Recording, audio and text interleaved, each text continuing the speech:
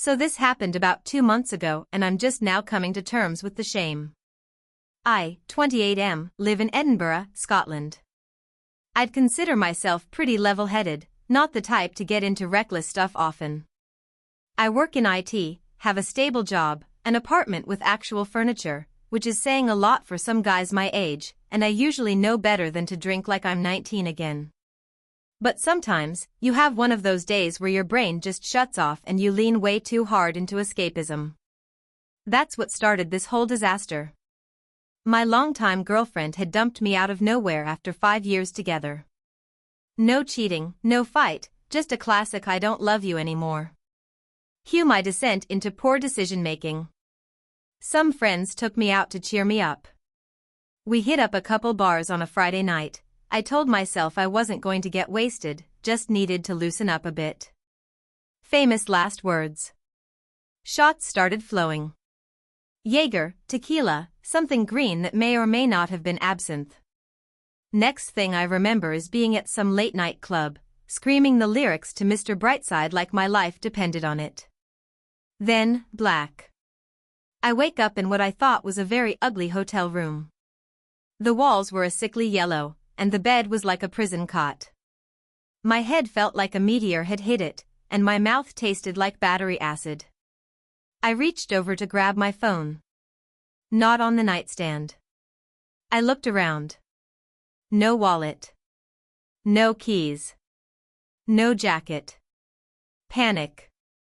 I stood up too fast and nearly passed out. I stumbled to the window and opened the curtain. That's when I realized this was not a hotel in Edinburgh.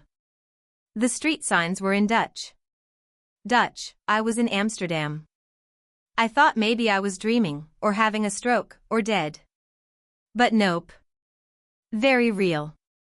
The staff at the front desk didn't speak much English and definitely weren't helpful when I tried to explain I had no ID, no phone, and no idea how I got there. I had to sit down and piece it together. My last memory was leaving the second club around 2 a.m. I started asking myself questions like, did I get on a plane? Did someone kidnap me? Was this some twisted version of The Hangover? I managed to borrow a phone from a German backpacker in the hostel lobby. Bless that man, wherever he is now. I called one of my mates back home using the only number I still had memorized, thank you, pre-smartphone era. He answered with, oh my god, you're alive. Apparently, I had texted the group chat something around 4:45 a.m. saying going on a little adventure lads, be back Sunday, hugs and kisses. Then nothing. Radio silence. They assumed I had gone off to a beach town or just turned my phone off to wallow. Nope. I'd bought a last-minute flight to Amsterdam at 5 a.m., drunk as a skunk, somehow gotten through security, boarded a Ryanair flight, and passed out. He sent me screenshots. The booking confirmation. The boarding pass. All on my phone, which was now either lost, stolen, or abandoned in a gutter. I was wearing a completely different shirt and a jacket I didn't recognize.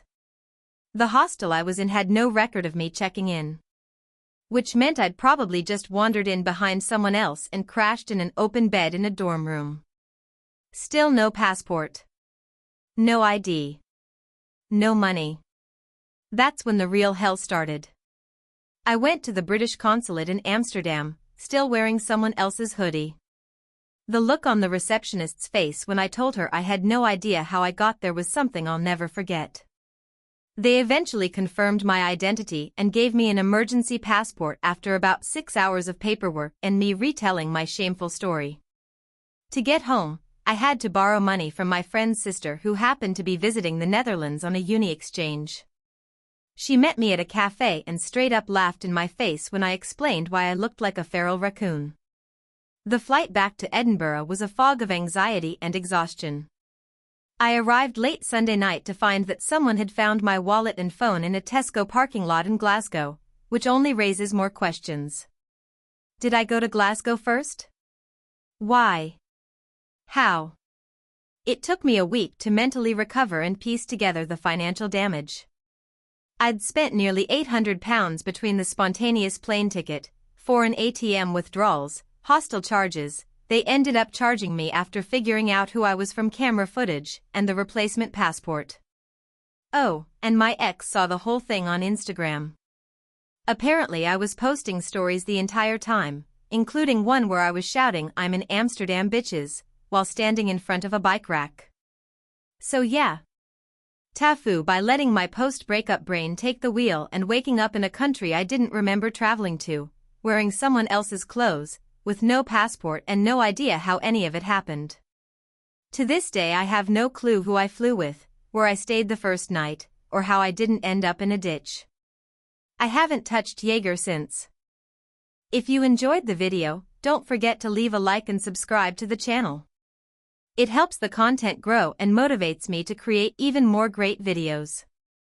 Turn on notifications so you don't miss any new uploads. By the way, I'm curious, when do you usually watch my videos? While working, studying, or just relaxing at home?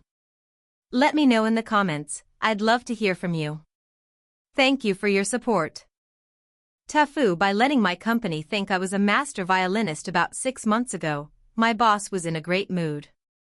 He called everyone into the break room and announced we'd be having our first company retreat in 4 years, full weekend getaway, all expenses paid, at a lakeside resort in Vermont. Team building, spa time, open bar, you name it. But here's where I screwed up. There was a part at the end of the announcement where he said, "Oh, and we want to celebrate the hidden talents of our team. So if you have any special skills or hobbies in music, dance, comedy, let us know. We'll have an open mic night on Saturday." Cue polite laughter and general excitement. Meanwhile, I was making a snack in the break room and not paying close attention. My coworker Jess, who loves pushing people out of their comfort zone, turns to me and says, "Didn't you say you used to play violin?"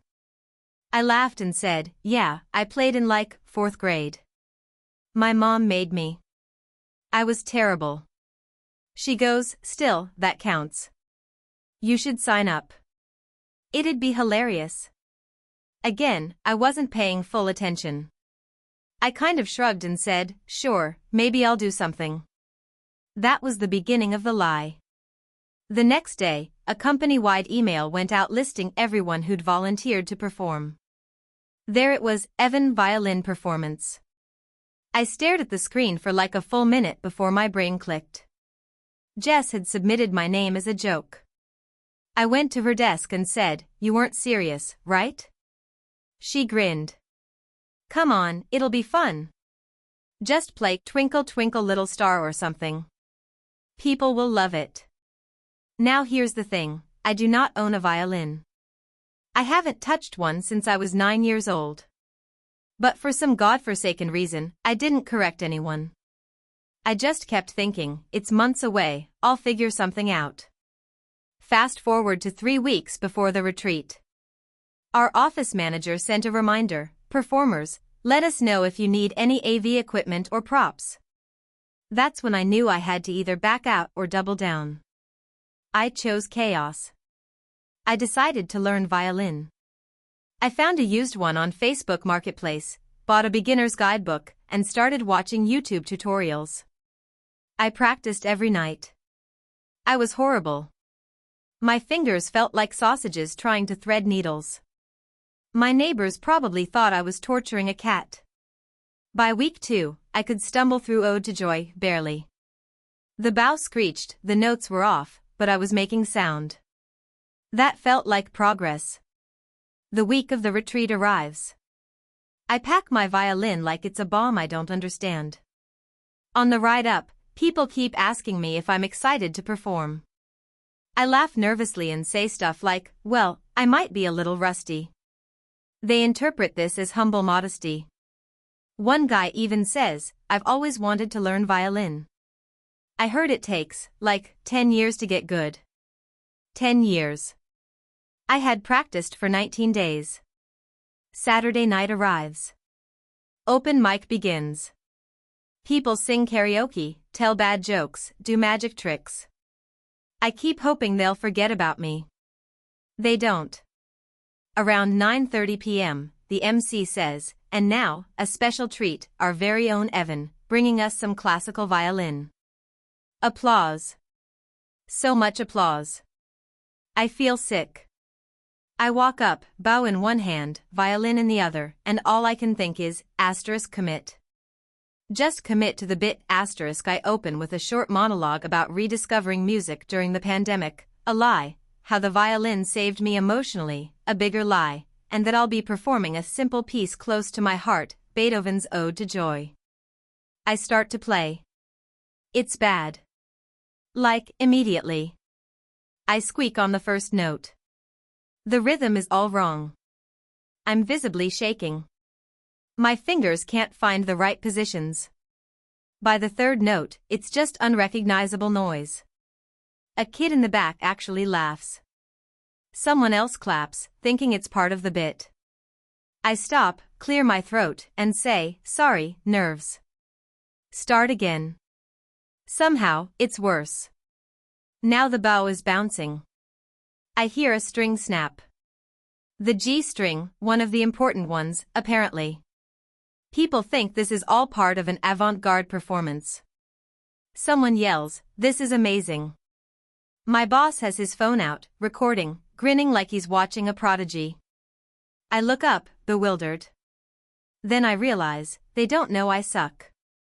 They think I'm pretending to suck. Like some kind of high-level comedy act. So I lean in. I play with wild abandon. I switch randomly between twinkle twinkle melodies and horror movie screeches.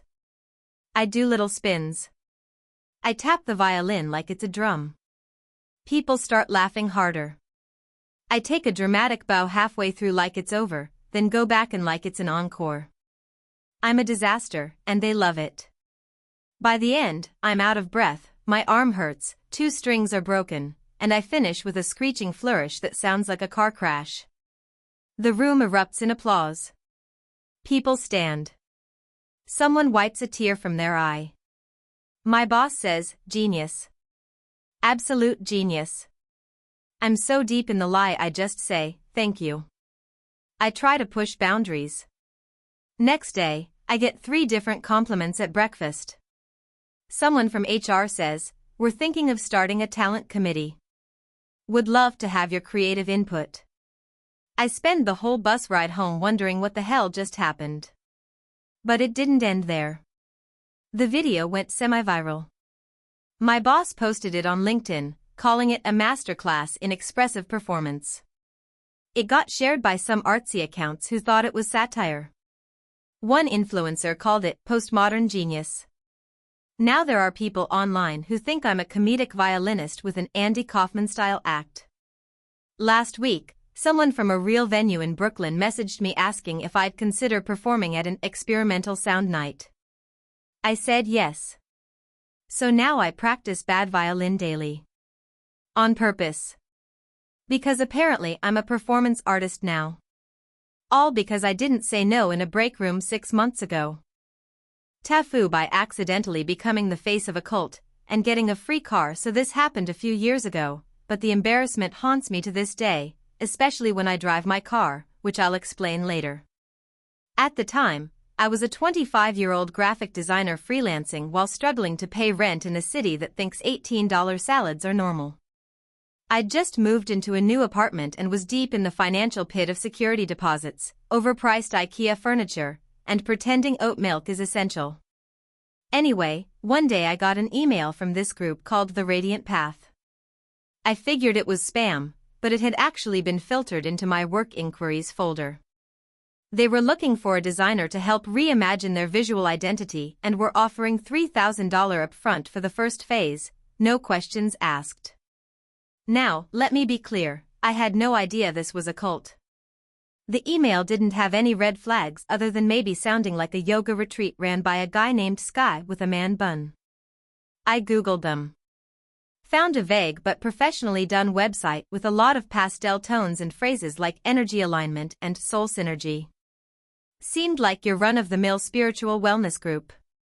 Their founder, Mother Alara, had a bunch of videos that were just her sitting in a forest talking about vibrational ecosystems and quantum nurturing. Honestly, it was weird but not Jonestown weird. I needed the money. Badly. So I took the gig. We hopped on a Zoom call where I expected to meet like a communications officer or marketing person. Instead, I got Mother Alara herself, who was wearing an alarming number of flowing scarves and speaking in a way that made me feel like she was narrating a meditation app. I half expected her to whisper, "Now return to your breath," at any moment. She told me she had seen my light through the colors I used on my portfolio and that I was chosen. I laughed, thinking it was just spiritual mumbo-jumbo. I mean, it was weird, but not threatening. She sent me a wire transfer for $3,000 that same day, and I got to work. Now here's where I really screwed up. As part of the rebranding, they wanted a new symbol to represent their movement. I asked for examples of their past symbols, and she said they didn't have any, they had never been ready for one until now. She said it had to come from within me. So, half inspired, half trolling, because I honestly thought this was going to be a temp logo on some crystals, I designed this lotus flower meets atom symbol thing. It had a sort of sacred geometry feel but was totally original. I even added this little golden arc at the top that looked like a halo. Mother Alara lost her mind when she saw it. Started crying on the Zoom call. Said I had channeled the cosmic crest. I awkwardly smiled and asked if she needed any revisions, and she just whispered, "Perfection is rarely born in this realm. You have gifted it." Okay. So I hand off the files and invoice them, thinking this whole interaction would be my weirdest job ever and I could now afford groceries. A few weeks go by. I don't hear from them. I move on. Then one day I'm on a date, a rare occasion, walking through a park, and we pass a group of people all wearing white. They're sitting in a circle chanting something I couldn't make out. But in the center of the circle is a huge banner, with my logo on it. I freeze. My date notices and asks what's wrong. I mumble something about, "Oh, I think I designed that," but inside I'm spiraling.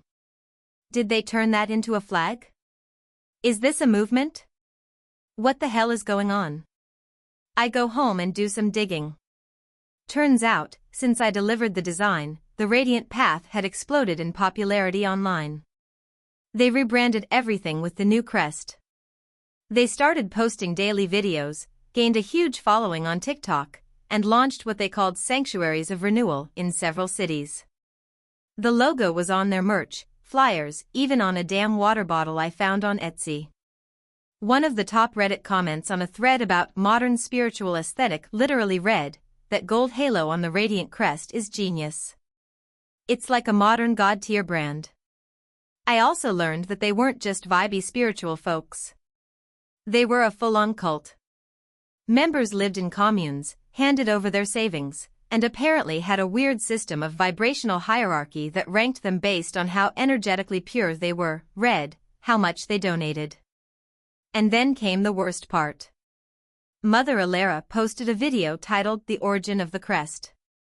In it, she described a divine moment in which she received the image from a messenger of light who visited her in a lucid vision and delivered the sacred shape into her aura.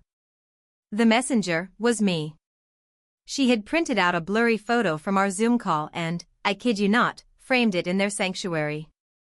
They literally had people meditating in front of my awkward, pixelated face, half blinking and clearly mid-snack, calling me the Herald. I was mortified. I wanted to reach out and demand they stop using my face, but I had signed a very loose contract that gave them full spiritual and legal usage rights in perpetuity, and honestly, I didn't want to poke the beehive. The Reddit thread alone had a bunch of ex-members saying they got energetically attacked when they tried to leave. Nope. I was out. I thought that was the end of it. But about 2 months later, I get a package at my door. No return address. I open it, and inside is a handwritten letter on parchment that smells like sage.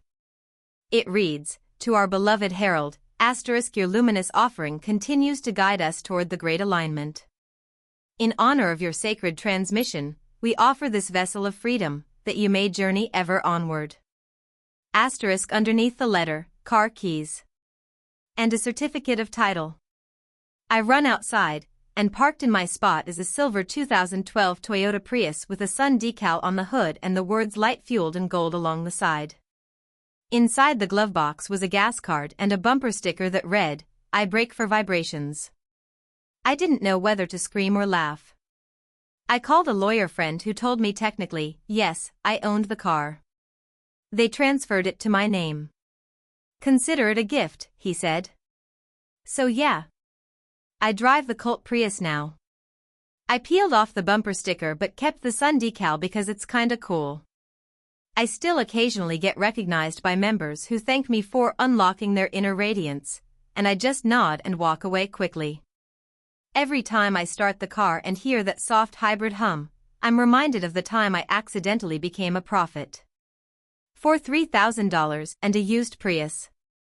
Let this be a warning, never mix freelance design work with cosmic energy. So this happened about 3 weeks ago, and I'm only now able to tell the story because things have finally calmed down and the embassy dropped any further interest. IE28M, a software developer living in DC, made the astronomically dumb decision to pretend I spoke fluent Russian to impress a girl I met on a dating app.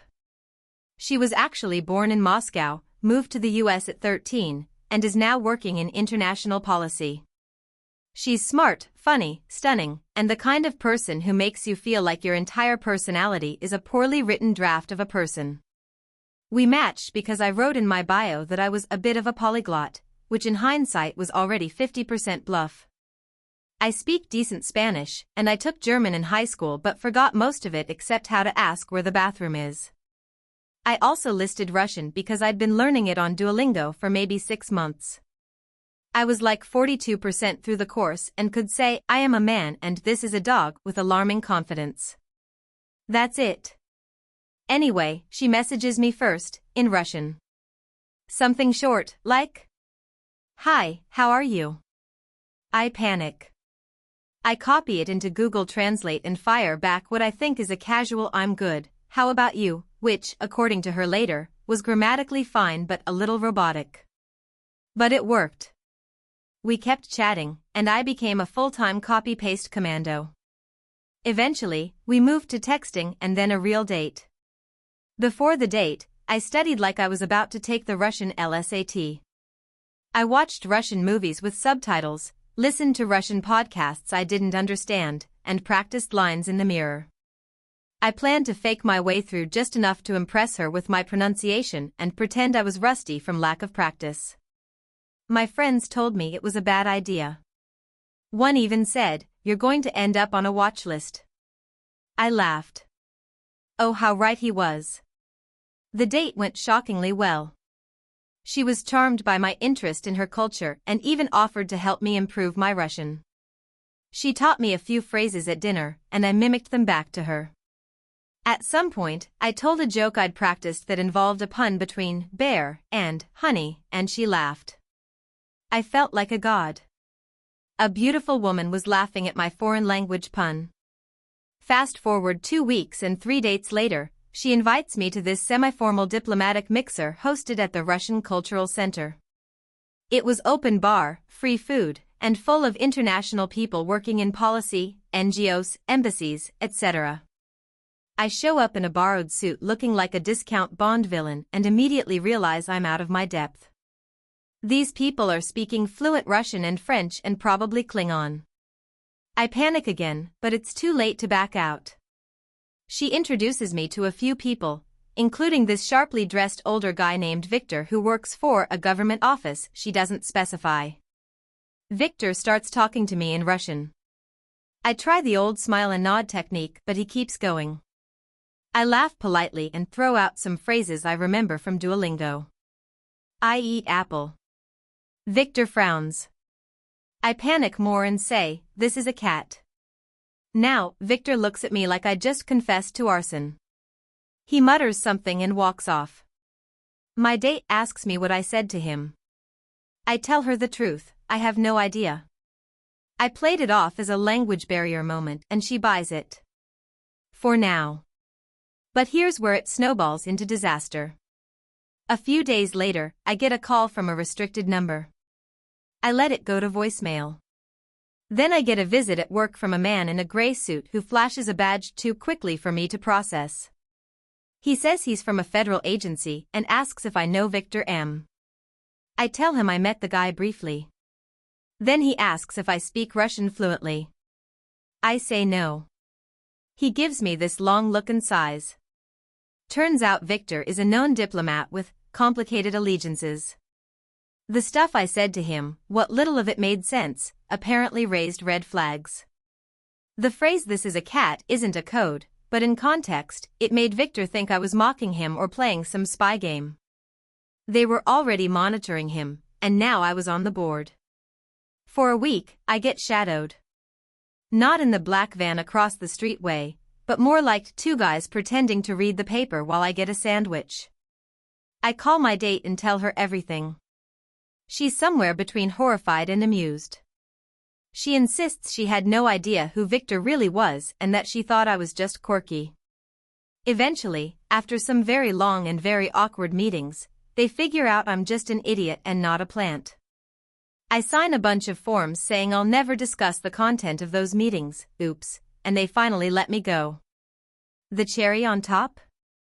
My date thought the whole thing was hilarious, until she found out I'd been faking Russian fluency since day one. She said I was cute but also a pathological improviser and stopped replying. So now I'm single, probably in a few government databases, and still only 42% fluent on Duolingo. But hey, that's life. So this happened last summer and I've mostly recovered from the emotional whiplash, but every once in a while, I'll get a random friend sending me an article or TikTok referencing that guy who kidnapped a grandma by accident, and I just have to sit there in the consequences of my choices. Let me back up. I was moving from Boston to Denver for work. New city, new job, new start. I had planned everything meticulously. I rented a U-Haul, loaded all my belongings, pre-mapped every gas stop, hotel, and Cracker Barrel along the way. I have a weakness for their pancakes, and even scheduled breaks for my dog, Moose, a giant, affable golden retriever who will gladly go with anyone offering him a treat or a belly rub. 2 days before I was set to leave, my buddy Jeff called and said, "Hey, wild idea, my grandma's in New Jersey and needs to get to Colorado Springs to live with my aunt. Would you mind giving her a lift?" I hesitated. Jeff's always been a bit chaotic and undersells everything. But I'm a sucker for old people and I thought, how bad could it be? I said yes. I spoke with his grandma, Nana June, on the phone. She sounded sweet as pie and very excited. I told her I'd pick her up from the rest stop near her senior living community on Monday morning. Monday rolls around. I pull up to the designated rest stop just outside Newark. It's early, like 6 a.m. I don't want to be late. Moose is in the back seat, tongue out, happy as can be. An elderly woman in a pink cardigan and matching suitcase waves at me. I roll down the window and say, "Nana June?" She nods, says yes dear, gets in the car with zero hesitation, pats Moose on the head, and buckles in. And off we go. The first day is uneventful. She tells me stories about her time in the Navy, badass, teaches me how to knit while I'm parked at a gas station, less badass, but equally wholesome, and insists on paying for dinner. I try to argue, but she says, "I've got bingo winnings, sweetheart. Let an old woman treat you." Night 1, smooth. Day 2, somewhere in Ohio, we stop at a park so Moose can stretch his legs. She chats up a couple strangers, hands out butterscotch candies like it's Halloween, and then asks if we can stop at a Walmart to get some supplies. I oblige. While she's inside, I call Jeff to give him an update.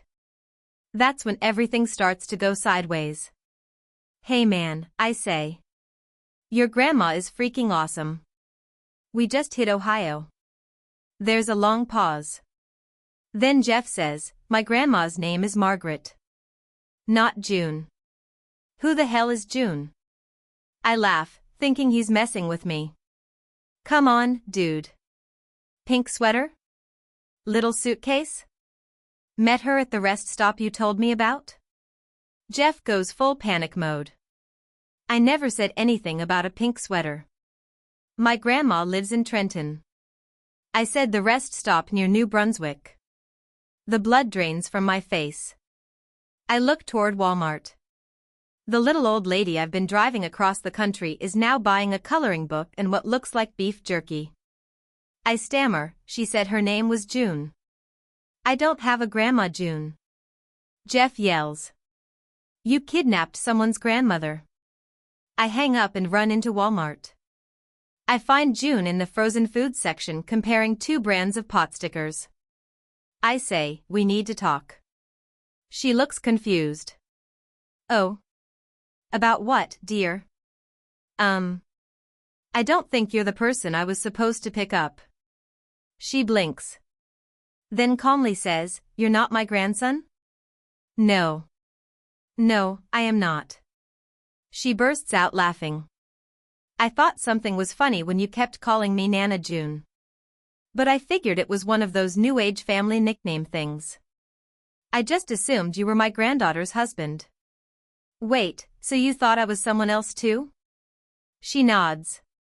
Isn't that something? Turns out June had been waiting at the same rest stop for her granddaughter's husband, Dan, who was supposed to pick her up and drive her to Chicago. She got in the wrong car. I took the wrong grandma. No one questioned anything. She shrugs and says, well, I'm having a ball. Let's keep going. To be clear, I didn't just keep going. I tried to do the right thing. I called the police. I called her granddaughter. I called Jeff again just so he could yell at me a bit more for good measure. It turned into a whole thing. The police confirmed she wasn't in any distress and technically hadn't been kidnapped since she willingly got into my car.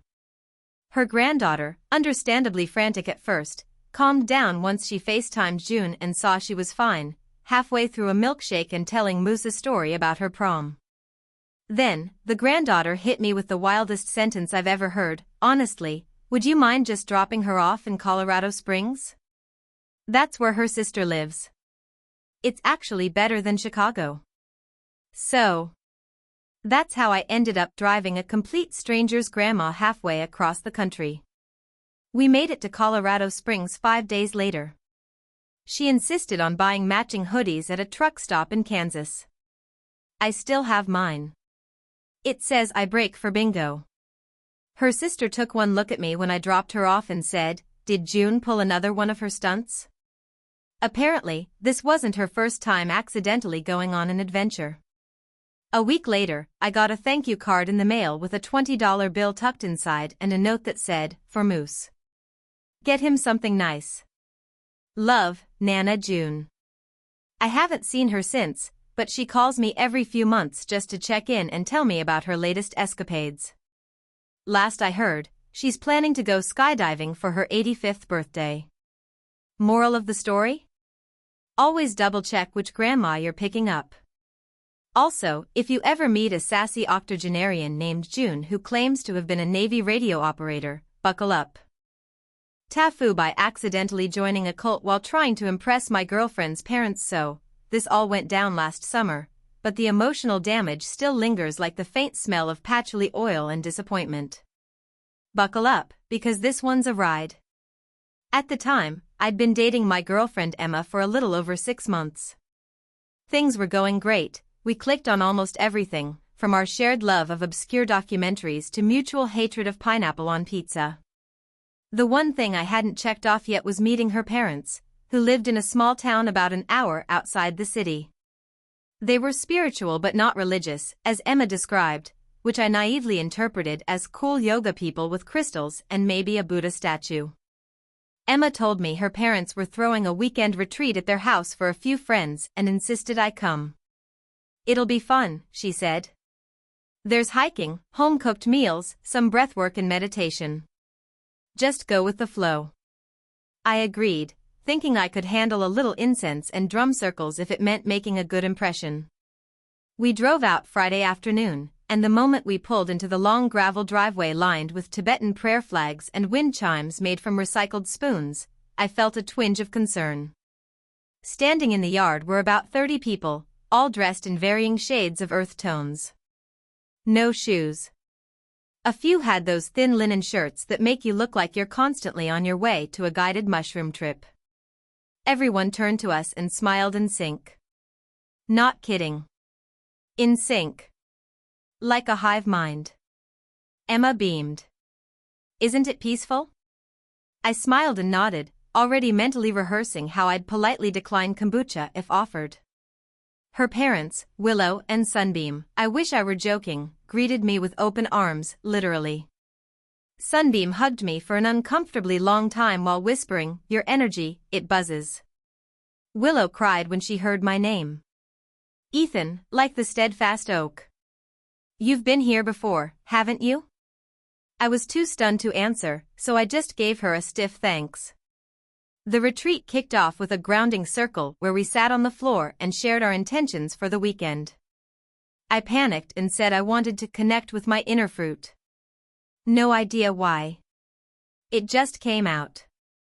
Sunbeam nodded solemnly and called me Plum Man for the rest of the weekend. Things escalated fast. That night we did a releasing ceremony around a bonfire. Everyone wrote down something they wanted to let go of, then screamed it into the fire. Some people cried. One guy yelled, "My ego," and headbutt a log. I mumbled my fear of cilantro and tossed my paper in. Someone shouted, "He's shedding layers," and people started clapping. The food was interesting. Every meal was vegan and raw, which isn't inherently bad, but when breakfast is a bowl of soaked chia seeds and dinner is something called zucchini enlightenment spirals, you start to long for the sweet chemical embrace of a Dorito. On Saturday, things took a weirder turn. We were led into the forest at sunrise by a guy named River, real name, I asked, who told us we'd be doing a soul-wandering journey. The idea was to separate from the group, walk into the woods alone, and listen for the whispers of the great knowing. I tried to bow out, but Emma whispered, "Just try. My parents will love that you're open to it." So I wandered into the forest, found a rock to sit on, and spent 2 hours trying not to get eaten by mosquitoes while pretending to hear whispers. At one point I hallucinated a squirrel saying "pay your taxes," which, in hindsight, may have just been my conscience. When we regrouped, everyone shared their visions. One lady saw her past life as a dolphin midwife. A man claimed he merged consciousness with a tree. I panicked again and said I saw a glowing fruit in the sky that told me to be patient. Gasps. Sunbeam literally fell to his knees. "He's been chosen," he said. "The fruit seer has returned." I laughed, thinking he was joking. He wasn't. That night they held a binding ceremony for me. I didn't know what that meant, but by the time I realized it involved robes, chanting, and a crown made from banana peels and vines, it was too late. Everyone was chanting my name, well, not my name. They were chanting Plum Man in a trance-like rhythm. Emma looked horrified. I mouthed "help me," but she was too stunned to react. Turns out, they believed a fruit prophet would return in their lifetime to lead them into the new ripening. They interpreted my random fruity comment as divine prophecy.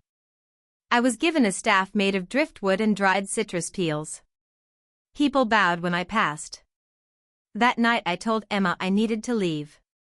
She agreed, saying she had no idea her parents' retreat had evolved into full-blown fruit-based mysticism. We packed our things in secret and tried to sneak out around 2 a.m., but were stopped by Willow, who appeared in the driveway in a white cloak, holding a mango. "You mustn't go," she whispered. "The orchard has spoken." I panicked and shouted, "The fruit is a lie," then sprinted to the car. We drove off in silence, banana peel crown still on my head. Neither of us spoke for 15 minutes until Emma started laughing so hard she cried.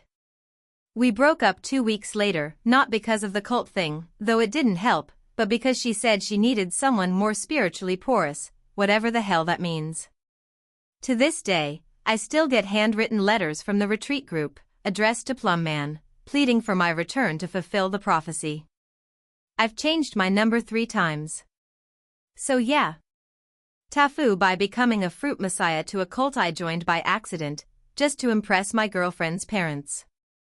TIFU by accidentally becoming my boss's fake boyfriend for a weekend and almost ruining his marriage. So this happened about 6 months ago, but the psychological damage is still fresh.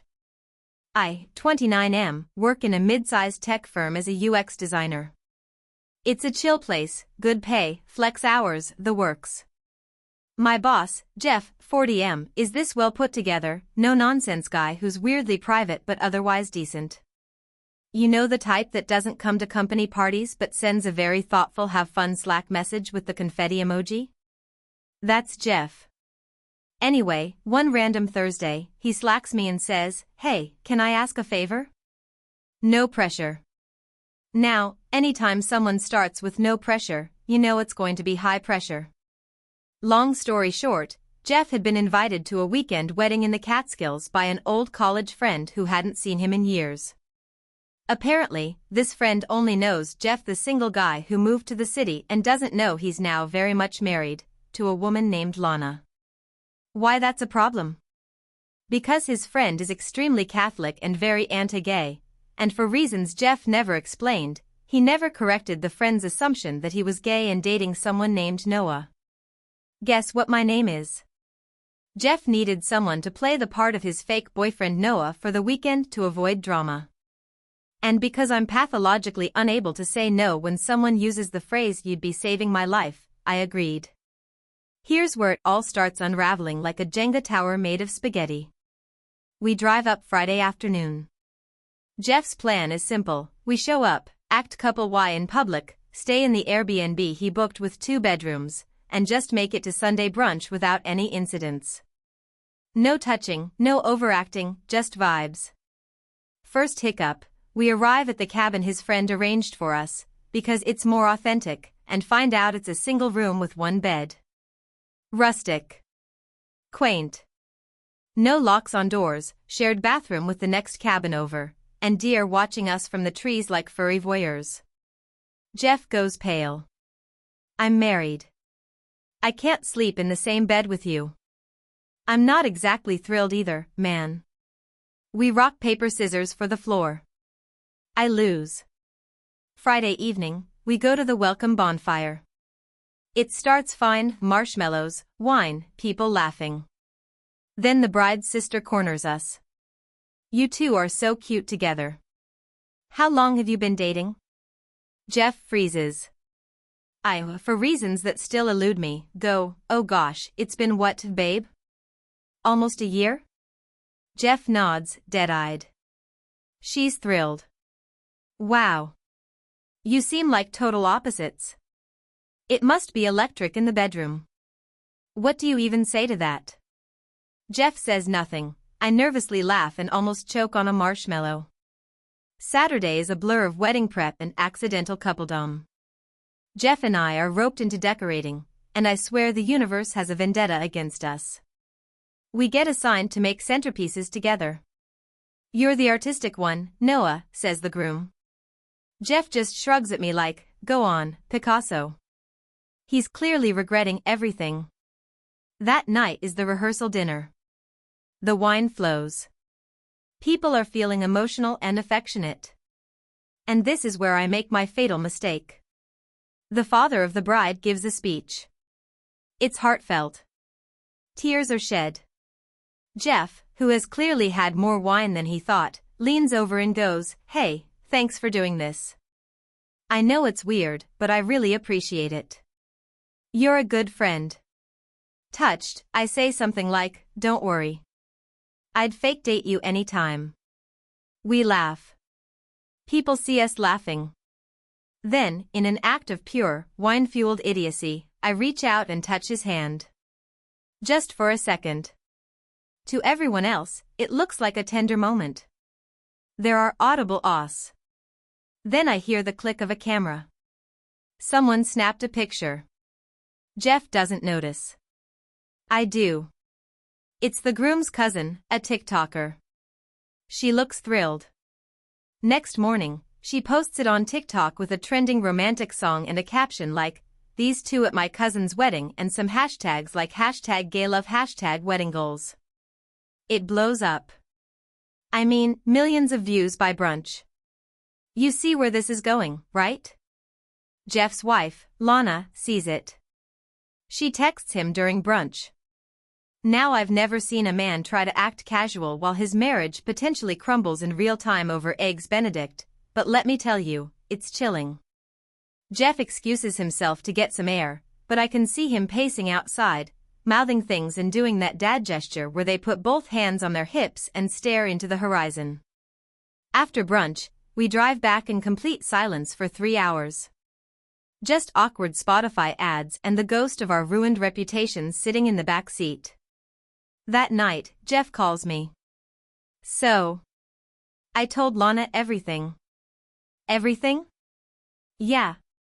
The lie, the wedding, you, everything. Long pause. She actually thought it was hilarious. Apparently, she'd always joked that Jeff's repressed side would make him a great actor, and this whole debacle just confirmed it. They had a long talk, some tears, then she made him promise never to lie to his friends about his life again. Also, she wants to meet the guy who accidentally played my husband for a weekend. We all got drinks a few weeks later. Lana's awesome. She even brought me a wine glass that says, "Best fake boyfriend ever." Anyway, the moral of the story is, never agree to be someone's fake boyfriend unless you've seen the sleeping arrangements, met their real spouse, and have a TikTok strategy. And don't touch hands at weddings. TIFU by pretending to be fluent in French to impress a girl and ending up working a week-long job as a fake translator at an international tech summit. So this happened about 3 months ago, but I'm still reeling from it. For context, I'm a 27-year-old guy living in Montreal, and I can sort of understand French. Like, I passed basic high school French, can order a croissant, and vaguely make sense of signs. But fluent? Absolutely not. However, that didn't stop me from letting a white lie spiral completely out of control. It all started at a party my friend Jason threw. It was one of those pretentious but fun loft parties full of aspiring artists and vaguely employed tech bros sipping overpriced craft beer and pretending to understand modern art. I was standing by a weird metal sculpture that looked like an alien had a meltdown and spilled its guts on a canvas, when I saw her, Clara. Clara was effortlessly beautiful, with the kind of casual elegance that made you feel like you were underdressed no matter what you wore. She had this charming accent, and when I introduced myself, I found out she was originally from Lyon, France, and had just moved here to do her postgrad in architecture. Here's where I messed up. When I told her I lived in Montreal all my life, she asked, in her impossibly melodic French accent, "Alors, tu parles français, non?" And I, being an idiot with the confidence of 5 tequilas and half a cider, said, "Oui, bien sûr. Je parle couramment." Big mistake. Huge. Her eyes lit up. C'est super. C'est rare de trouver quelqu'un ici que parle vraiment bien. I laughed nervously, nodded, and somehow survived the rest of the conversation by responding with vague affirmatives, letting her do most of the talking, and praying I didn't nod at the wrong time and agree to something illegal.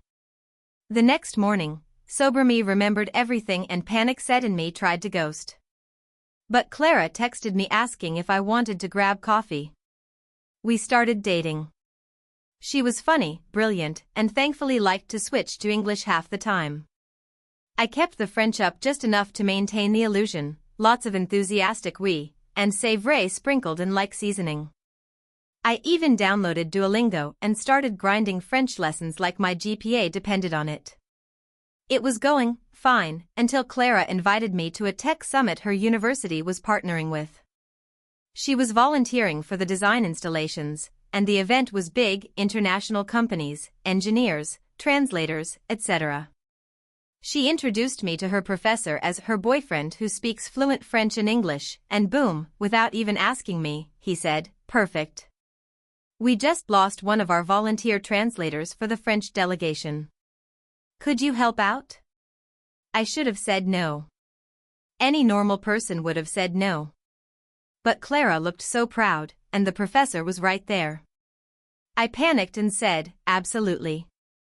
Cue me, 3 days later, wearing a badge that said volunteer translator, sitting in a folding chair at a sleek glass table with 3 French engineers and 2 Canadian developers from Vancouver who didn't speak a lick of French. I can't even describe how fast the wheels started falling off. The first conversation I translated, badly, was about 3D printing applications in civil engineering. The French guys would speak, and I'd catch, like, 1 noun per sentence. Something about structure and maybe filament. I nodded sagely, then turned to the Canadians and said, "They're discussing the foundational integrity of the materials, very stable." This became my go-to move, pulling vague jargon from the ether and hoping no one caught on. When they used technical terms, I just repeated the English version in a French accent back to them. I turned composite layering process into le processus de composite layer ing. At one point I literally said, "Le blueprint est très nécessaire." I was living a linguistic lie. The worst part? They believed me. Or at least, no one questioned me for 3 entire days. I think the French delegation assumed my Canadian French was just weird, and the English speakers didn't know enough to call me out.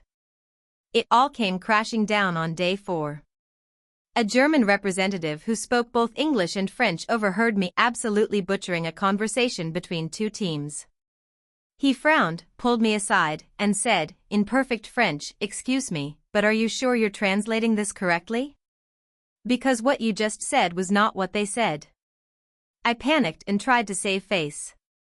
"Ah, oui, sometimes I simplify for clarity."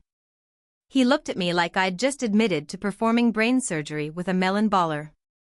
The man immediately walked off and reported me to the summit coordinator. Within the hour, I was pulled into a side office with Clara's professor, the coordinator, and Clara herself. I tried to explain. I mumbled something about high-pressure situations and wanting to help. The professor was furious, not because I messed up, but because he'd included my name in a press release about volunteer excellence. Clara looked mortified. When they asked how much French I actually knew, I gave the worst possible answer, enough to order in a restaurant. Clara didn't talk to me the rest of that day. That night she came over, not to yell at me, but to tell me she needed time to think. She wasn't angry, just disappointed, which honestly stung worse than if she'd just thrown a baguette at my face and walked out. We ended things a week later. Since then, I've fully committed to actually learning French. Not out of guilt, okay, partially out of guilt, but because if I ever end up in a situation where I'm asked to translate a 3-hour panel on advanced structural modeling again, I want to be ready. Also, my new Duolingo streak is 78 days. So, there's that. Moral of the story? Never fake fluency for a girl. You'll end up mistranslating load-bearing walls into the wall carries emotional baggage in front of an international audience. Hey, friends! If you enjoy this content, don't forget to like the video and share your thoughts in the comments. We really want to know what you like and what can be improved. What do you think of the video? Are there any topics you'd like to see in future videos? Your feedback really helps us get better. Thanks for being with us. TIFU by trying to surprise my long-distance girlfriend with a heartfelt romantic gesture and accidentally causing a minor international security incident. So for context, I, 27M, have been in a long-distance relationship with my girlfriend, 26F, for about a year. She lives in Canada, I live in the US, and we usually visit each other once every 2 months. We met at a conference, and it was one of those intense, whirlwind connections. She's smart, sarcastic, and has this very deadpan humor that makes you feel like she's always on the verge of roasting you but somehow in a loving way. I'm a big softie, the type to make playlists and write poems. We balance each other. Anyway, about a month ago, she had a really rough week, her dog had to get surgery, her boss dumped a last-minute project on her, and she was feeling kind of isolated. I wanted to cheer her up. We had already planned that I'd visit the following weekend, but I thought, why not surprise her early? I work remotely, and I figured if I left mid-week, I could work from her place and spend more time with her. But I didn't want to just show up like a normal person. No. I wanted a movie moment. Something out of a Nicholas Sparks novel, but with fewer tears and more memes. She's always joked that if I ever proposed, she'd want it to be absurdly over the top or weird enough to make it onto a subreddit. So, while I wasn't proposing, I thought I'd deliver the energy of a proposal-level surprise. The plan, I'd show up at her apartment in a full-on mascot costume, a giant plush bear, because she calls me her grizzly, I'm tall and hairy, sue me. I'd be holding a bouquet of her favorite flowers, sunflowers, with a speaker strapped to my chest playing our song. I wouldn't say a word, just show up, arms open. I even booked a flower delivery to her address earlier that day to distract her. In theory, this sounded adorable. In reality, this set off a chain of events that spiraled into something I'm still trying to emotionally unpack. Step 1. I get into Canada with no problem. Step 2. I go straight to my hotel near her apartment to set up the surprise. I had the bear costume shipped there ahead of time to avoid suspicion or a very awkward TSA interaction. So far, so good. Now, this is where the cracks begin to show. The costume is massive. It has a cooling fan in the headpiece, which I didn't realize needed charging. I ignored this detail. Also, visibility in the thing is absolute garbage. I could barely see out of the mesh eye holes, and the costume's arms are basically floppy sausages with zero dexterity. Anyway, I put it on, grab the bouquet, hook up my Bluetooth speaker, and waddle my way down the street toward her apartment like some rejected Disneyland character. It's around 6 p.m., still light out, and I'm getting weird looks, which I expected. What I didn't expect was a little kid throwing a juice box at me, yelling stranger danger. Thanks, Timmy. I get to her building, and here's where the first major issue hits me. I forgot her buzzer code. No worries, I think. I'll wait until someone enters or exits and sneak in. That's not suspicious at all, just a silent 6 feet 3 inches bear man loitering near the entrance like Five Nights at Freddy's. After about 10 minutes, someone opens the door, and I slip in, nodding like a polite horror movie extra. I make it to her floor and stand in front of her apartment. Heart pounding, I press the doorbell with my floppy paw. She doesn't answer. I ring again. Still nothing. Then I remember, she mentioned earlier that she was going to take a nap before finishing work. Perfect. I'll wait outside her door until she wakes up. So I stand there, swaying slightly, speaker playing our song on loop. 5 minutes pass. Then 10. At the 20-minute mark, someone on the floor opens their door, sees me, screams, and slams the door shut. I try waving, like, hey, it's cool, I'm just a romantic bear, but that does not help. I guess if you see a dead-eyed bear silently vibing to the Lumineers outside your neighbor's apartment, you don't assume romantic gesture. You assume murder cult mascot. About 5 minutes later, I hear footsteps. A lot of them. Then, police. On the ground. I don't know if you've ever tried dropping to the ground in a full-body bear costume, but it's not a smooth process. I basically toppled over like a drunk tree. One of the cops tried to pull my head off of the costume, but the zipper jammed, so I'm just laying there, muffled, yelling I'm her boyfriend while they try to unzip me like a panicked kid with a stuck backpack. Eventually, they get the head off, and I'm sweating like a sinner in church. I explain the whole situation between gulps of hot bear suit air. One officer's trying really hard not to laugh. Another one is clearly done with everything. They confirm my ID and call my girlfriend. She picks up, groggy, and hears, "Ma'am, do you know my full name?" She freaks out and assumes I'm dead or arrested. Then they tell her I'm in a bear costume. There's a long pause. Then she says, "Oh my God. He actually did it." She opens the door 5 minutes later, still in pajamas, and just stares at me surrounded by 2 cops, a confused neighbor, and a flower bouquet that's now wilted from bear sweat. She bursts out laughing so hard she cries. To their credit, the cops were cool once they confirmed everything. They said it's not the weirdest call they've had, but top 5 easily. Apparently someone reported a hostile bear with a speaker device casing apartments. We spent the next hour trying to decompress. She made me tea while I peeled myself out of the bear suit like a sweaty onion. The flowers were dead. The speaker ran out of battery. But she said it was the most me thing I could have done, and somehow perfect in its chaos. So yeah. TIFU by dressing up as a bear to surprise my girlfriend, forgot how the real world works, and ended up in a police encounter that may or may not be used in a future Canadian training video. This happened about 2 weeks ago and has since spiraled completely out of control. I haven't told anyone the full story yet because every time I try, I lose my mind laughing halfway through and people just assume I'm high. I am not. I was, however, monumentally stupid. So I live in one of those dreaded HOA neighborhoods. It's not hell, but it's definitely purgatory with better landscaping. My HOA isn't too crazy, but they're really strict about 2 things: trash cans being visible for more than 24 hours after pickup and pet waste not being picked up immediately. Now, I have no pets. This is important. I'm dogless, catless, even fishless, yet somehow my front yard became the Bermuda Triangle of dog turds over the last month. Every week, at least 3 new logs show up like they're multiplying by mitosis.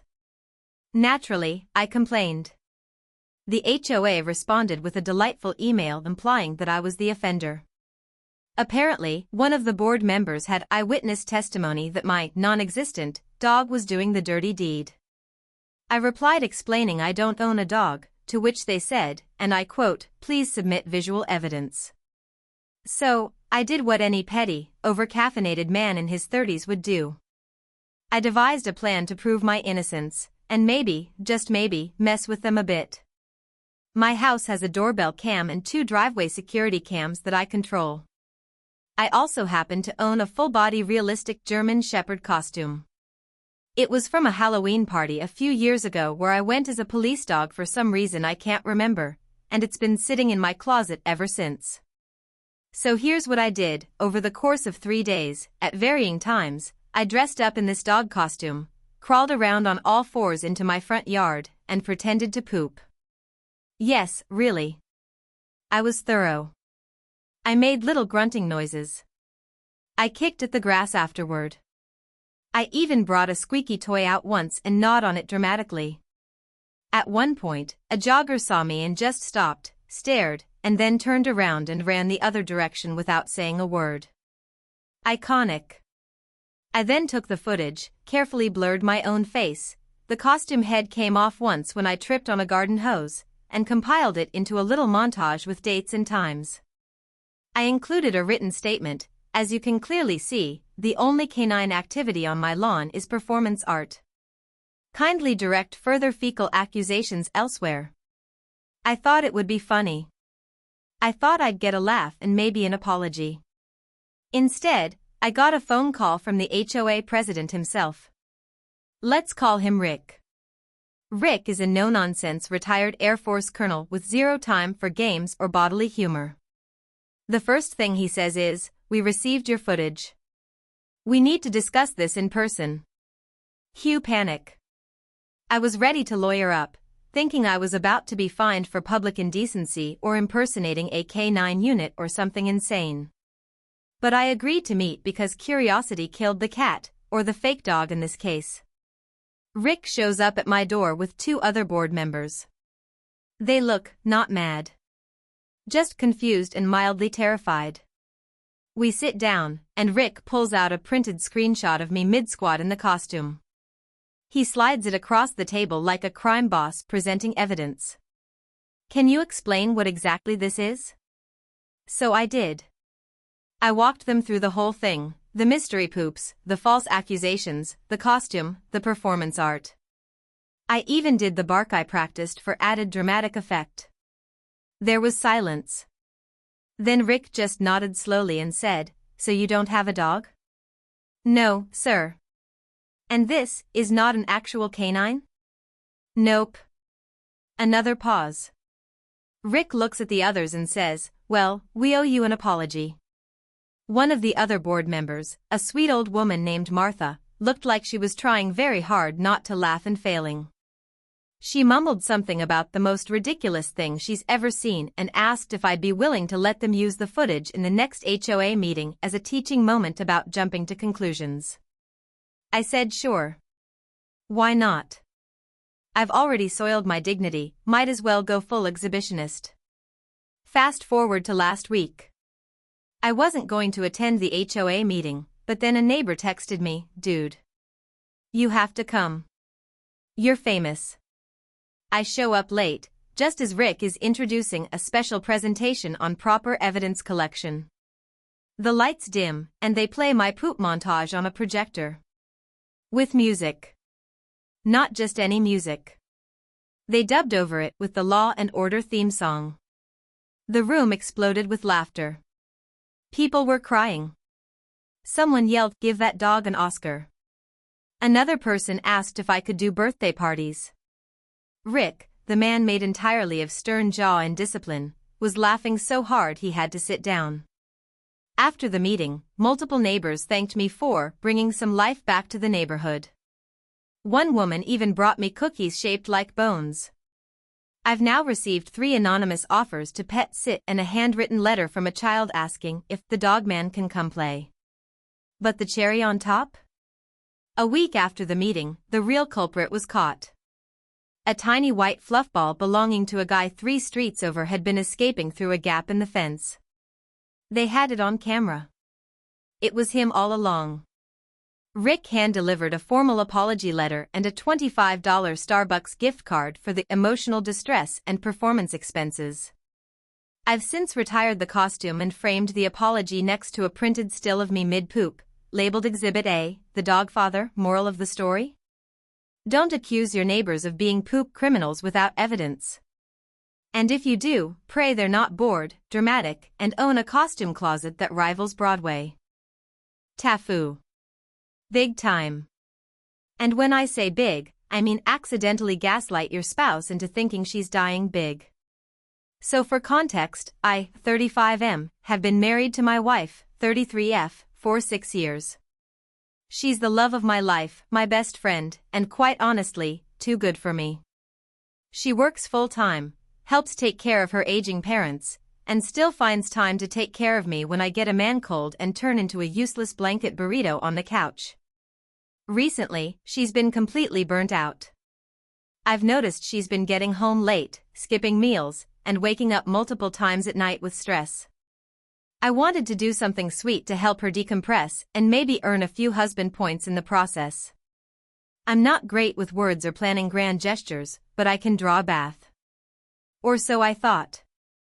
So one Thursday night, she texted me saying she'd be home late again. I took it as my golden opportunity. The plan: surprise her with a hot bath when she got home, complete with candles, rose petals, soft music, and some luxurious bath soak. I wanted her to walk in, smell lavender and eucalyptus, and immediately forget about her crappy week. I went to this fancy local boutique store to get the best bath stuff I could find. You know, the kind of place that sells aromatherapy in mason jars for $45 and makes you feel poor just by walking in. I asked the guy working there for his best, most relaxing bath products, and he handed me a jar of what he called Midnight Muse. Said it was like a spa and a forest had a baby. Sold. I get home and get to work. Clean the tub, light some candles, sprinkle the soak in, and put some petals on top for dramatic effect. I also put on her favorite playlist on the Bluetooth speaker. Everything was set. She comes home around 9:30 p.m. She looks exhausted, bag in one hand, shoes barely staying on her feet. She smells the eucalyptus and lavender and gives me a tired smile. I guide her to the bathroom, and she's honestly touched. I help her undress, not in a sexual way, just sweet and supportive, and she gets into the tub. All is well. For about 8 minutes. Then she says, "Is it supposed to tingle this much?" I panic a little, but play it cool. Tingle how? Like icy hot tingle. Now I'm nervous. That can't be right. It's supposed to be relaxing. She frowns, starts shifting around. It's getting worse. It's kind of burning.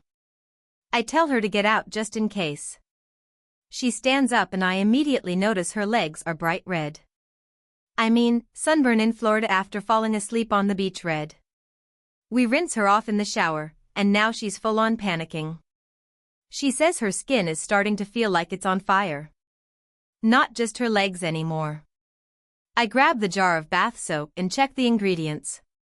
One of them is capsaicin. You know, the stuff that makes hot peppers hot. The literal chemical that pepper spray is based on. I Google it, and apparently this detox soak is meant to stimulate circulation and release toxins. AKA, make your skin feel like it's been hit with ghost pepper water. I run to get milk, because I've seen videos of people bathing in milk after eating hot wings. In my panic, I pour an entire gallon of 2% into the tub and tell her to sit in it while I try to call poison control like I'm in some suburban version of a war movie. She's in the milk bath, crying and laughing and swearing she's going to haunt me if she dies from a bath bomb.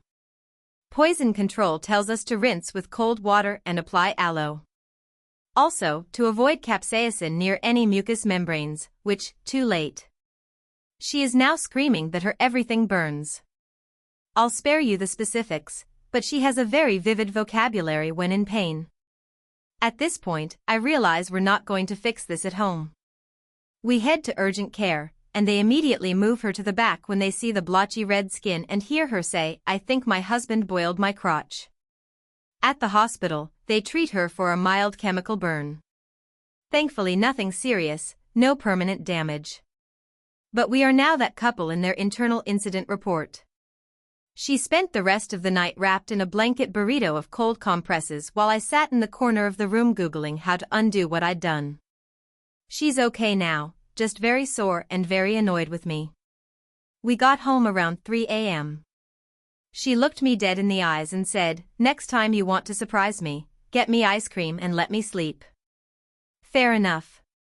What really sealed the deal was when her mom called the next day asking how she was, and my wife, deadpan, said, "Greg pepper sprayed my vagina with luxury bath salts."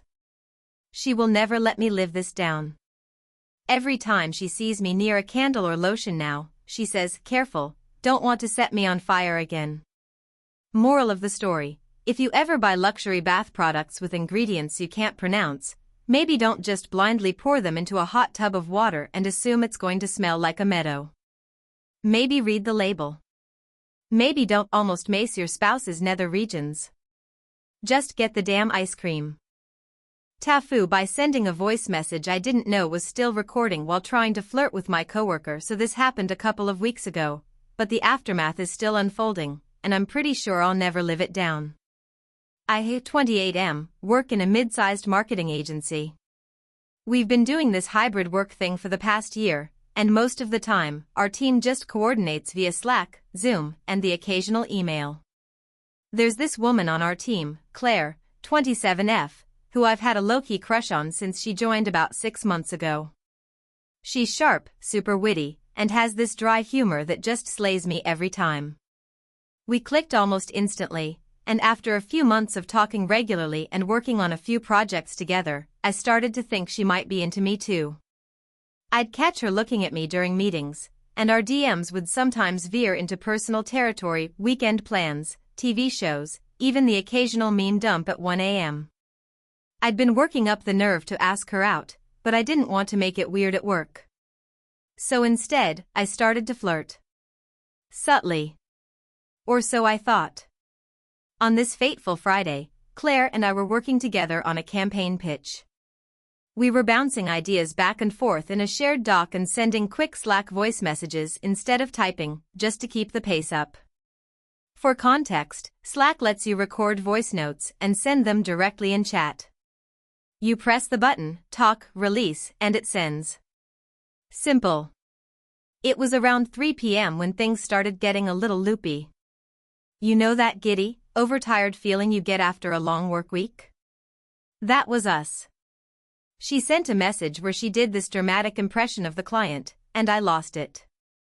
I was trying to send a reply, but I was still laughing, and I hit record and just started talking without a filter. God, your voice is so hot when you do that. Like, okay, I know I'm gonna sound like a creep, but it's actually unfair. If you keep doing that, I'm gonna embarrass myself on this call. At that point, I thought I had cancelled the message.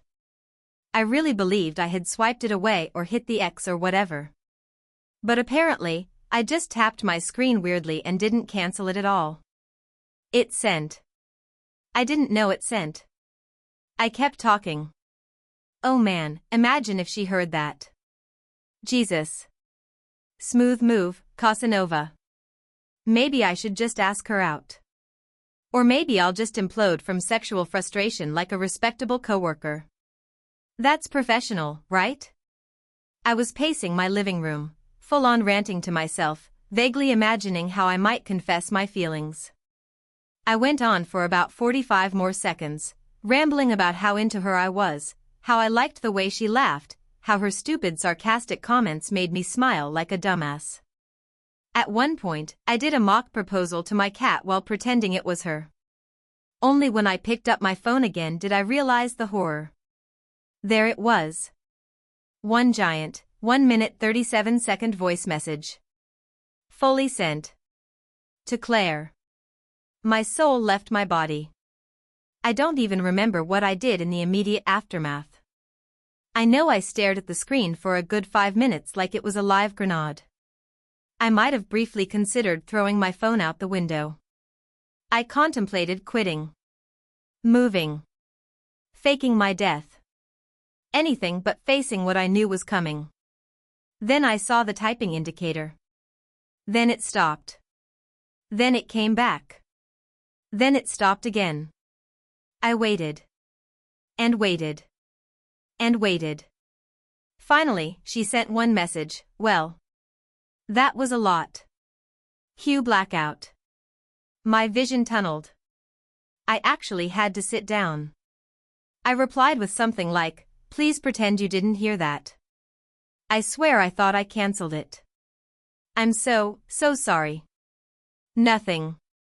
Silence for about 20 minutes. I was spiraling.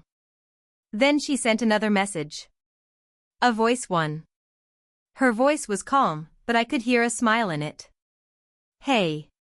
You're lucky. That was both mortifying and kind of adorable. I was wondering if you were ever going to ask me out. You're bad at flirting, by the way. But I like bad flirting. And I like you. I nearly dropped my phone. We ended up calling after that, and I admitted everything, how I'd been into her for months, how I'd overthought every interaction, how I was trying to play it cool and failed miserably. She laughed through most of it. Apparently, she'd suspected something for a while but didn't want to make it awkward if she was wrong. We got dinner that weekend. It was awesome. We've hung out a few times since. It's still very new and casual, but promising. However, the voice message? It did not stay private. Claire, being the chaotic menace she is, played it for one of our other teammates, who then played it for another. Now, everyone on our team knows about it. My dramatic whispering about her voice being hot and proposing to my cat? That's apparently office legend now. Our creative director called me Casanova in a meeting last week. Someone sent me a cat-sized tuxedo in an Amazon package labeled for the wedding.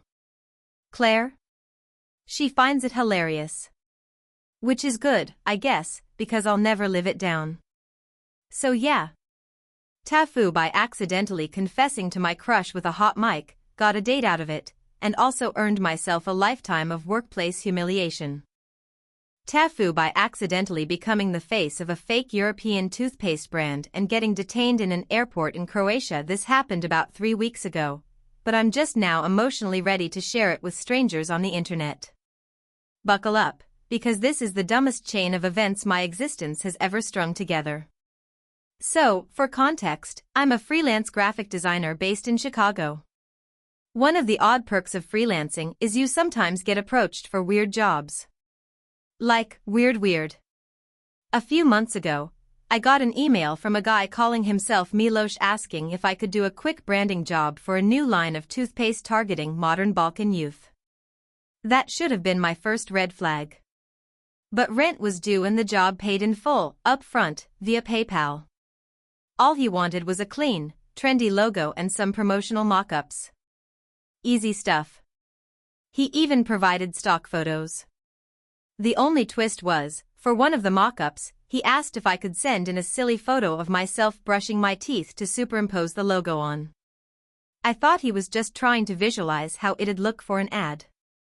I sent over a selfie of me making an exaggerated sparkly smile face with a toothbrush in my mouth. You can probably already tell where this is going. Fast forward to last month. I had finally booked my first real vacation in 2 years, 2 weeks hopping around Eastern Europe. I started in Slovenia, went through Hungary, and made my way to Croatia. Everything was going great. Beautiful weather, friendly people, amazing food. That is, until I landed in Dubrovnik. I step off the plane and head toward customs. I'm half awake, headphones in, when the customs agent gives me a weird look. He scans my passport, looks at his screen, then back at me. Then he calls someone over. They start talking in rapid Croatian, glancing at me every few seconds. I take out my headphones like, is everything okay? They ask me to come with them. At this point, I'm confused but cooperative. I assume it's a random check or maybe something with my passport. I have a very common last name. They lead me to a small back room. There, a very stern-looking man places a color printout of an advertisement on the table. And there I am. My face. Giant. Brushing my teeth. Underneath it, Osmrforsleeping power, which I would later learn translates to smile power, in Croatian. The ad has an official-looking logo and says recommended by American dental model Jonathan Parks, which is not even my real name. I immediately start laughing, thinking, oh wow, that's kind of hilarious. The customs agent is not laughing. Apparently, the toothpaste brand was fake. Like, it didn't just flop, it never existed. But someone had plastered these posters all over 3 countries. And for reasons I still don't fully understand, authorities were looking into it because the fake toothpaste was somehow linked to a scam selling counterfeit whitening strips. Allegedly, a few people even got chemical burns. They thought I was in on it. For 6 hours, I sat in a freezing cold airport office trying to explain that I was just a graphic designer who took a job and had no clue my dumb toothbrush selfie would end up being part of an international dental scam. I showed them emails, invoices, screenshots of the PayPal transaction. But Miloš? Vanished. The email was dead. The PayPal account inactive. No digital footprint. I was literally the only person they could link to this bizarre campaign. Eventually, they let me go, but not before taking an official statement and telling me not to leave the country for 48 hours.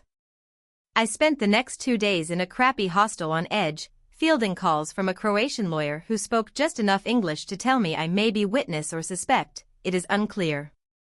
Cool. On day 3, I got a call saying I was no longer being investigated. Apparently, someone else got caught selling the fake strips at a flea market in Split and ratted out the actual people behind it. Still, I cut my vacation short and flew back to Chicago early, too anxious to enjoy anything. But here's the kicker, I googled Osmrforsleeping power once I got home, just out of curiosity. And not only are the posters still floating around, there's now a meme version of my face circulating in Balkan meme pages. They photoshopped me into Croatian soap operas, toothpaste tubes, and one cursed image where I'm brushing a shark's teeth. So yeah. That's how I accidentally became a minor Balkan meme celebrity and got detained in Croatia for dental fraud. Oh, and the kicker? I never got paid for that job. PayPal reversed the transaction as part of their fraud investigation. TIFU, about 4 years ago. It started with something innocent and stupid, like most of my poor life decisions. I had just moved into a quiet suburban neighborhood after landing a remote job in tech.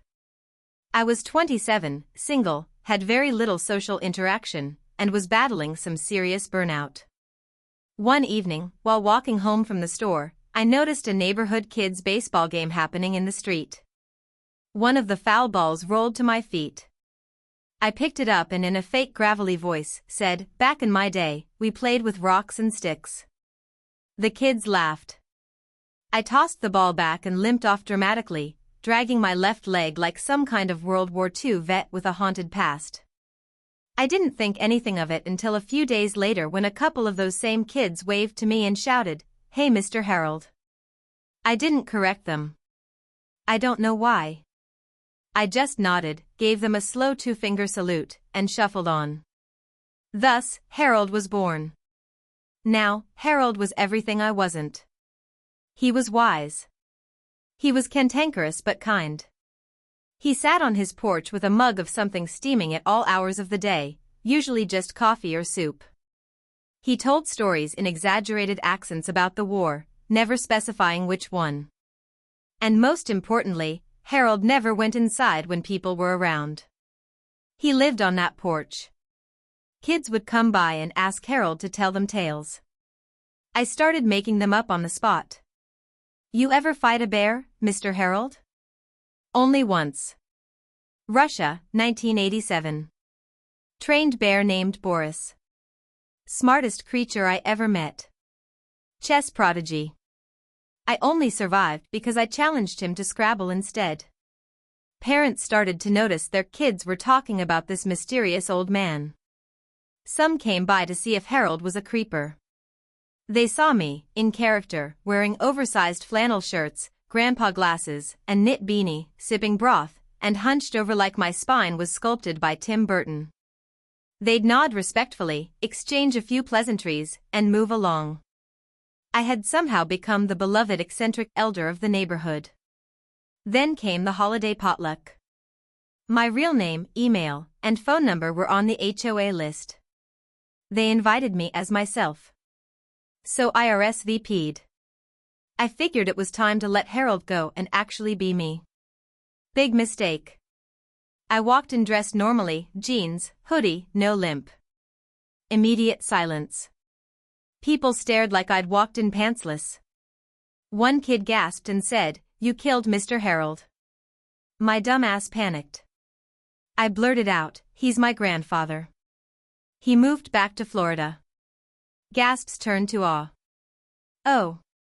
You're Harold's grandson?" "Yeah. I'm, James." "James, your grandpa is a legend around here." And thus, Harold lived on. Over the next year, I maintained the charade. Harold FaceTimed his neighbors, really just me using a grainy filter and speaking from behind a blanket. I even started writing emails in Harold's voice to the HOA to weigh in on fence disputes and mailbox placements. People listened to Harold. Harold had clout. Then came the damn mural. One day I came home to find a massive mural being painted on the side of the community clubhouse. The artist was some local who had gotten a grant from the city for celebrating neighborhood heroes. There, 12 feet high, was Harold, hunched over, feeding pigeons, a halo of golden light around his wool beanie. I almost threw up. I tried to stop it. I said my grandfather was a private man, wouldn't want the attention. They said Harold deserved it. That he was the soul of the neighborhood. One lady got emotional talking about how her son stopped vaping because Harold told him about the kid who vaped a bee by mistake in 1953. What the hell was I supposed to say? I let it happen. I even attended the mural unveiling, as James. I cried a little. It wasn't entirely fake. I was just overwhelmed by the lie I had now plastered permanently onto public property. Then came the Harold Day Festival. I'm not joking. The HOA and local council declared April 5th as Harold Day. There were banners. T-shirts. A Harold impersonator contest. I stood there, both proud and horrified, watching children limp around in oversized sweaters, clutching mugs, doing their best raspy voices. In the winter of '66, we had to wrestle raccoons for meat. It was surreal. Now, here's where the real foo begins. A few months ago, a new family moved in. Among them, Sophie. She was cool. Funny. Cute. Around my age. We hit it off as James. She had heard about Harold, of course. Everyone had.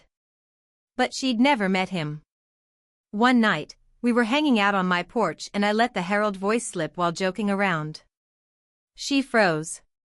Wait, do that again? I played dumb. But she looked at me, narrowing her eyes. You're Harold, aren't you? I tried to deny it. But she pieced it all together. My porch mug obsession. The stories.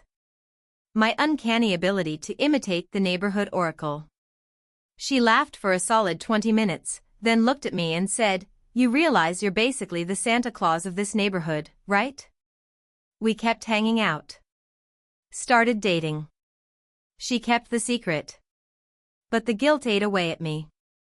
I was lying to everyone, every single neighbor, every kid, every mural-gazing tourist who snapped selfies with the legend of Harold. So last week, I decided to come clean. I wrote a letter. Well, 2 letters. One is Harold, saying goodbye and revealing the truth, and one is myself, apologizing for the deception. I printed dozens of copies and dropped them in mailboxes. I put one on the HOA board. I even read one at the community meeting. Dead silence. One guy stood up and said, "Wait. So, you're telling us Harold was never real?" I nodded. Then this old woman, Mrs. Drennan, the same lady who gave me banana bread every week and once knitted a scarf for Harold, stood up and said, "Son, we knew it was you. We just liked Harold better." Laughter. Applause. Then she added, "But you're still on the hook for Harold Day." So now, every April 5th, I dress up as myself pretending to be Harold. I host the festival. I tell kids wild stories about the time I caught a fish in a rain barrel during the Great Flood of '97. Sophie helps me make Harold-themed cookies. They look like tiny soup mugs. I am still Harold. Only now, everybody knows. And somehow, they like me anyway. TIFU by accidentally becoming the most awkward best man in history during my best friend's wedding. So, this happened a couple of months ago, and I still can't look my best friend in the eye without feeling like I should apologize again. Let me set the scene. My best friend, Adam, and I have known each other since middle school. We've been through everything together: bad breakups, terrible college roommates, random camping trips that ended in disaster, and, of course, plenty of nights where we got so drunk we had to text each other the next day to figure out what exactly happened. So, when Adam asked me to be his best man, I was honored. I mean, this was the guy who had my back through thick and thin. I was ready to help him make his wedding day unforgettable. The wedding was going to be this beautiful, classy affair at a vineyard, which, to be honest, was a little more extravagant than I was used to. But I wasn't worried. I figured I had the wedding speech under control. I'd been to enough weddings to know what a best man's speech should look like: something funny, heartfelt, maybe a little embarrassing, but nothing too outlandish. I practiced my speech, made sure to reference some inside jokes, and even ran it by my girlfriend to make sure it wasn't too cringy. So, the big day arrives, and I'm feeling pretty confident. Adam and his bride, Emily, look amazing. He's in a sharp tux, and Emily is glowing in a stunning white dress. The ceremony goes off without a hitch, and then we all head over to the reception. Everyone's mingling, enjoying drinks, and then it's time for the speeches. The first speech is Adam's dad. He gives a great, heartfelt speech about how proud he is of his son and how he's happy to welcome Emily into the family. Classic dad stuff. Then comes the maid of honor, who gives a sweet speech about how Emily has always been there for her, how they've been through thick and thin, and how she's so happy to see Emily marry someone like Adam. I'm up next. I'm standing in front of a crowd of about 150 people, feeling the pressure of the moment. But I've got this, right? I've prepared. I can do this. Adam's standing off to the side, looking at me with this expectant, trusting look in his eyes. I take a deep breath, tap my glass, and begin my speech. The first few lines go smoothly. I talk about how I've known Adam for years, how we've been through so much together, and how he's truly like a brother to me. The crowd laughs when I mention that Adam was the one who convinced me to try skydiving, which resulted in me almost passing out mid-jump. Everyone's feeling good, and I'm feeling good. Then, I get to the part where I want to throw in a funny story. I start talking about how Adam was always the ladies' man in our group of friends, constantly talking about how many girls he could get to go out with him. I tell a hilarious story about a time we went to a bar in college, and Adam spent hours trying to flirt with this one girl who, in the end, wasn't interested at all. The story involves Adam trying to impress her with his impeccable dance moves, which, in hindsight, was probably the most embarrassing thing he'd ever done. But here's where things start to go wrong. In the middle of telling the story, I realize that the story I'm telling is about Emily. Not about a random girl from college. It's about her. Now, let me explain. Back in college, before Adam and Emily started dating, Adam had actually tried to impress her at a party. He'd spent hours trying to get her attention with his terrible dance moves and ridiculous lines. It was a running joke between the two of them that he had totally struck out, but Emily had somehow still ended up falling for him. It was a funny, light-hearted thing they'd talked about before, but I had completely forgotten that Emily was sitting right there, in the front row of the reception, listening to me tell this embarrassing story about her. The moment I realized what I'd done, my stomach dropped. I could feel my face turning red, and the words that were coming out of my mouth felt like they weren't even mine anymore. The room fell silent. I looked over at Emily's face, and I could see the horror in her eyes. She wasn't laughing. Adam, on the other hand, looked absolutely mortified. I tried to salvage the moment, but it was too late. I quickly switched gears, moving on to a different story, but the damage was done. The awkwardness hung in the air like a thick cloud. When I finished my speech, there was a nervous round of applause, but I could tell no one was really feeling it. I immediately went to Adam to apologize, but he just gave me a tight smile and clapped me on the shoulder. "It's fine," he said, but I could tell he was pissed. The rest of the night was a blur. I tried to act normal, but I couldn't shake the feeling that I'd ruined something important. During dinner, I noticed that Emily wasn't talking much to anyone, and she kept giving me the cold shoulder. Every time I tried to make eye contact with her, she'd look away quickly. The guilt was eating me alive. After the reception, Adam and Emily left for their honeymoon, and I figured that was probably the last time I was going to see either of them for a while. But the next day, I got a text from Adam. It wasn't what I expected. He said, "Hey, man, we need to talk." We met up later that week, and I apologized again for the speech. Adam told me that Emily was upset, but that it wasn't my fault. He said she had been a little embarrassed, but she'd gotten over it. However, Adam told me that he had to have a serious talk with me about keeping it light and not crossing any lines in the future. We laughed it off, but it was clear that things were awkward between us for a while. The worst part? A few weeks later, I found out that Emily had decided not to keep in touch with me on social media anymore. She unfriended me on Facebook and unfollowed me on Instagram. I figured she was still upset about the speech, but I had no idea how to fix it. To this day, I haven't been able to rebuild the same kind of relationship with her, and I feel terrible every time I think about it. So yeah, that's how I became the most awkward best man in wedding history. I ruined my best friend's big day, and now I'm just that guy who told an embarrassing story about his friend's wife. If you're ever asked to be a best man, take this advice: keep it short, keep it sweet, and for the love of God, don't bring up the girl your friend tried to flirt with before they were married. It will end in disaster.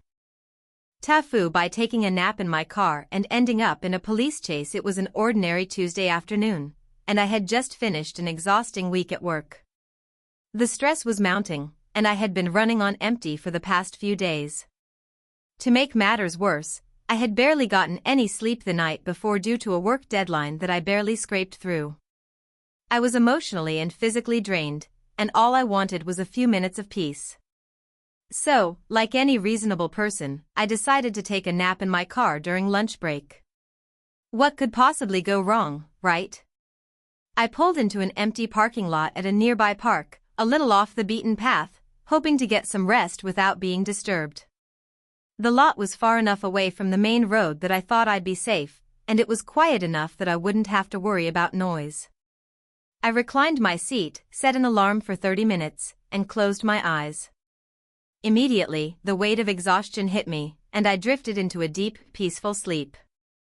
Or, at least, that's what I thought. What actually happened was a bit more complicated. I woke up what felt like hours later. Groggily, I checked my phone. 2:47 p.m. I had set the alarm for 1 p.m., and now it was nearly 3 p.m. Panic set in as I realized I had missed a meeting, and I was late for a client call. I cursed under my breath, frantically starting the engine and throwing the car into reverse. I was disoriented, my mind still clouded by sleep, but I needed to get to work as fast as possible. I didn't even notice the strange sound coming from the engine until I heard the honking. I looked up, and to my horror, I saw flashing lights in my rearview mirror. My heart skipped a beat. Was I in trouble? Did I park somewhere I shouldn't have? My mind raced, trying to make sense of the situation.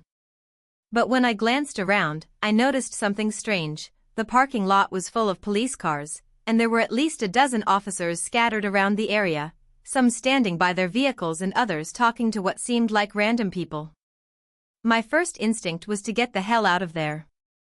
I slammed my foot on the gas, not thinking clearly. I didn't even have time to put the car in drive. I was just trying to escape whatever was happening. The engine sputtered for a second before roaring to life, and I shot forward, tires squealing on the pavement. In my panic, I wasn't aware that I had somehow backed into a squad car. The collision wasn't hard, but it was enough for the officer in the car to react immediately. He jumped out of the vehicle and shouted for me to stop. In my groggy state, I thought I was being pulled over for a routine check. Maybe they saw me parked and assumed I was suspicious? Either way, I wasn't planning on getting caught in the middle of whatever was happening there.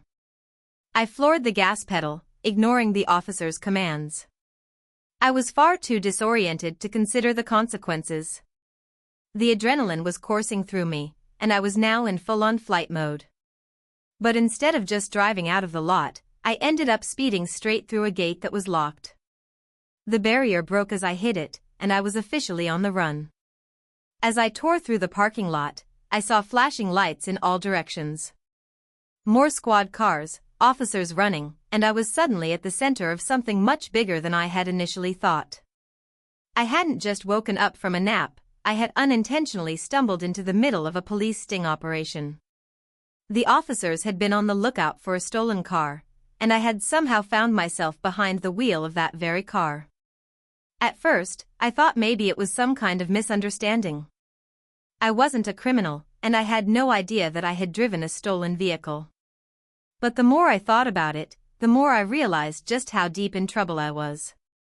The officers had already started chasing me, their sirens wailing, and they weren't going to let me go without a fight. The next few minutes felt like a blur.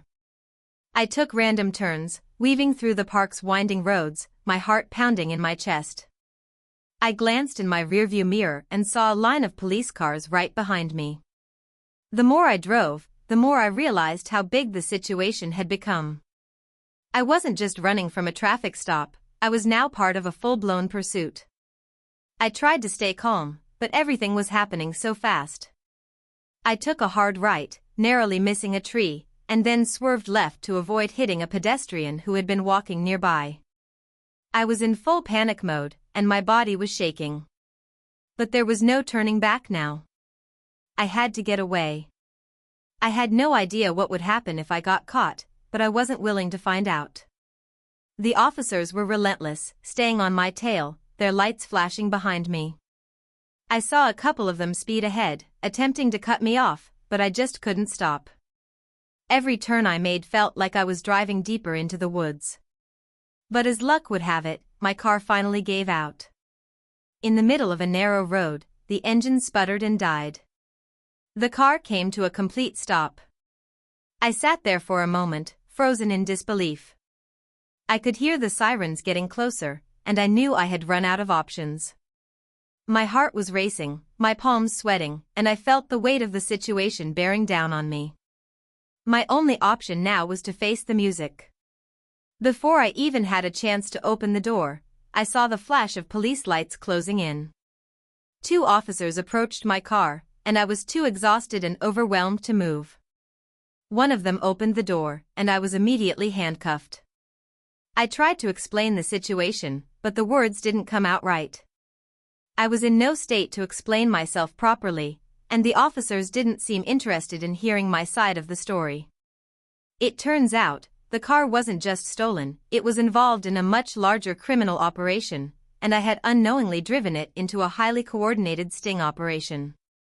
I was caught in the middle of a bust, and the stolen car had been used to transport illegal goods. By the time I was pulled out of the car, the entire operation was wrapped up. I ended up spending the next few hours in the back of a police car, trying to explain that I wasn't a part of the whole mess. I wasn't arrested, but I was detained for questioning.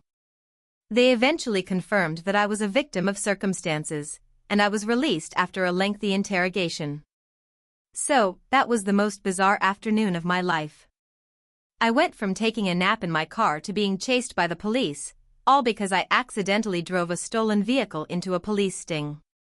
It turns out, you really shouldn't nap in parking lots, even if you think you're in the middle of nowhere. Moral of the story: if you're ever tired and need a nap in your car, make sure you're not accidentally parked in the middle of a crime scene. It's not worth the risk. And for the love of God, don't drive off when the police are behind you. They're probably not trying to ask for directions. Thank you for watching until the end. If you enjoyed this video, don't forget to like and subscribe to the channel so you won't miss new videos. Also, leave a comment, I'd love to hear your thoughts. Your support and engagement mean a lot to me. See you in the next video.